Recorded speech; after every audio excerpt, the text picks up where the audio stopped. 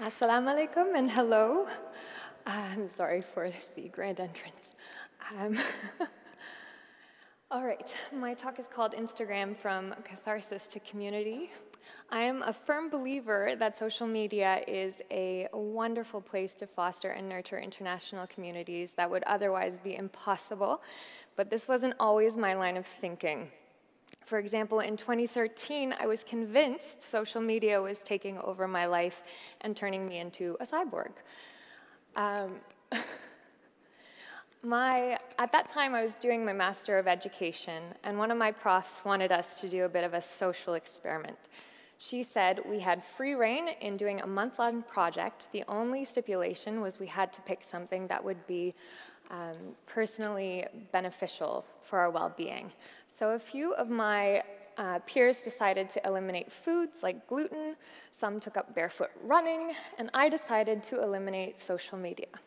I really wanted to go back to the days when Susie would tell me face-to-face that she was pregnant, or I would run into Jimmy for the first time in years, and I wouldn't have to stand there awkwardly as he relayed to me everything that had happened over the years that I already knew about.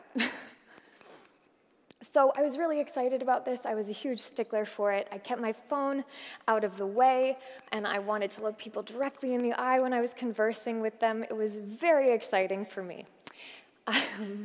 As you can imagine, this isn't how it played out. I actually ended up being the only one at the table without the phone in hand, and in fact felt more disconnected than ever to those people around me.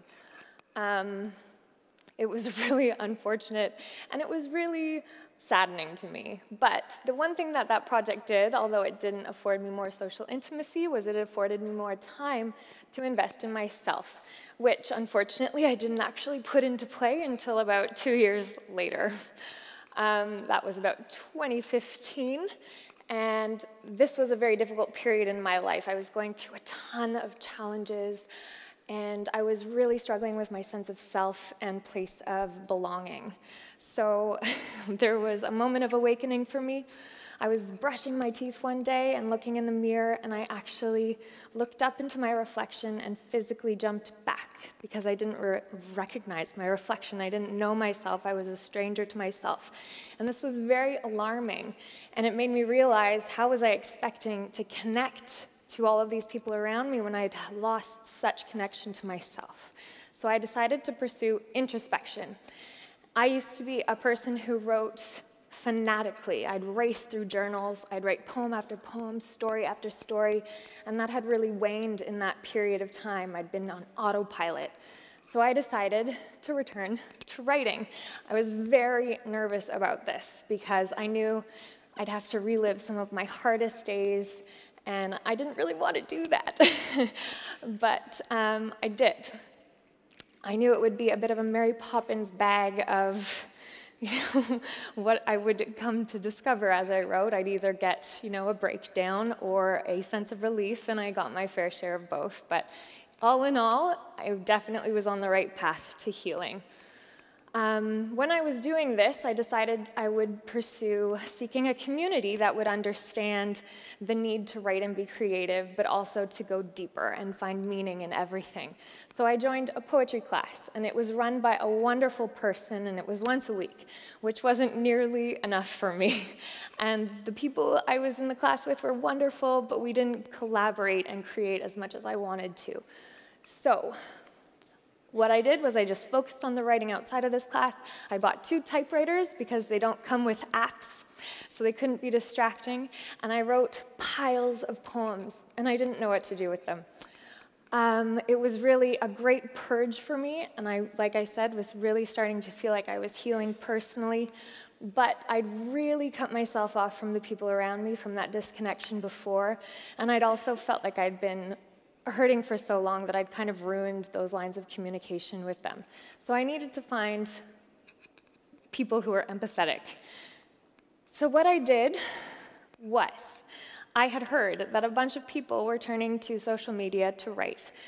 Poets were using it, writers were using it, everyone was using it. I was still very wary of it at the time, but I decided to go at it with a bit of a purpose.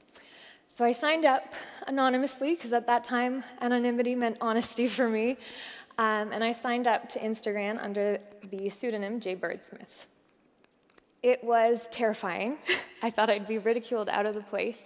But what actually happened was everyone was exceptionally welcoming. So from the first post, I had people commenting, sharing, and just being so kind and considerate. It was really something incredible. All of a sudden, I'd had all of this feeling, and I was sharing it with people all over the world. It was really something else.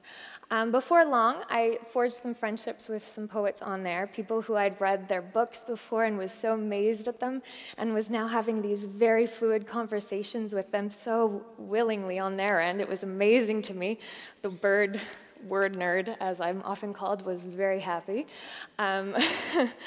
But before long, I was having video conferences with people and really connecting with people from every corner of the world. It was incredible. Not long after I'd started that account, I was invited to join this community called Words with Queens. 2 poets on Instagram had created it, and it was meant to be a page for body positivity, female empowerment, and all things I'm very passionate about, so I jumped at the chance to join. Before long, they branched out into the male counterpart, which was called Words with Kings, and it had a very similar line of vision, but for more of a male audience.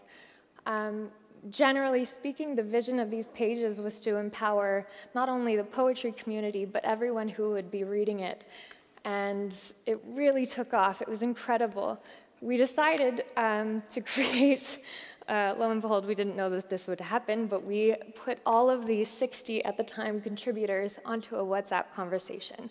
And this is 60 international people, so that's pretty much every time zone is accounted for. I would wake up to 400 messages sometimes, and it was thrilling. All of us were so excited to have all of these people at our fingertips who are like-minded, who are understanding, who are encouraging us to seek more and to write more and to be more of who we were.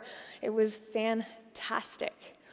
The page grew at this unprecedented rate. It was unbelievable, and it was so exciting, but with it, so did our vision, and we ended up putting together an anthology, which is going to be coming out and published by the end of the year.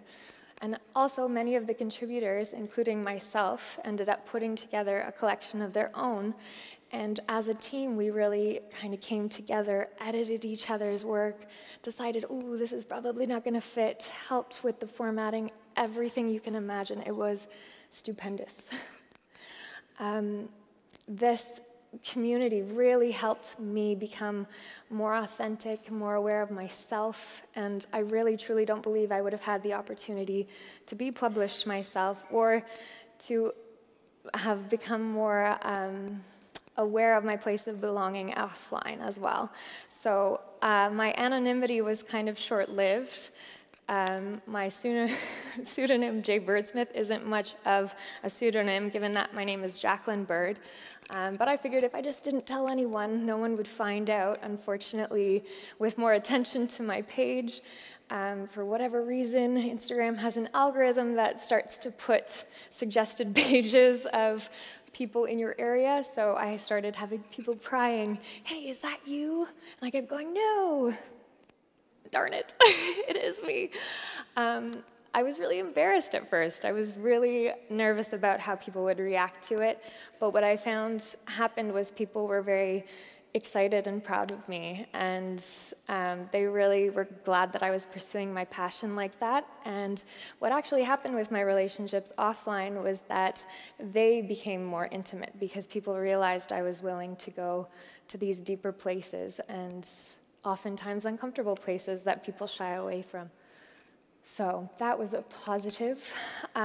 So what has social media done? It has done everything.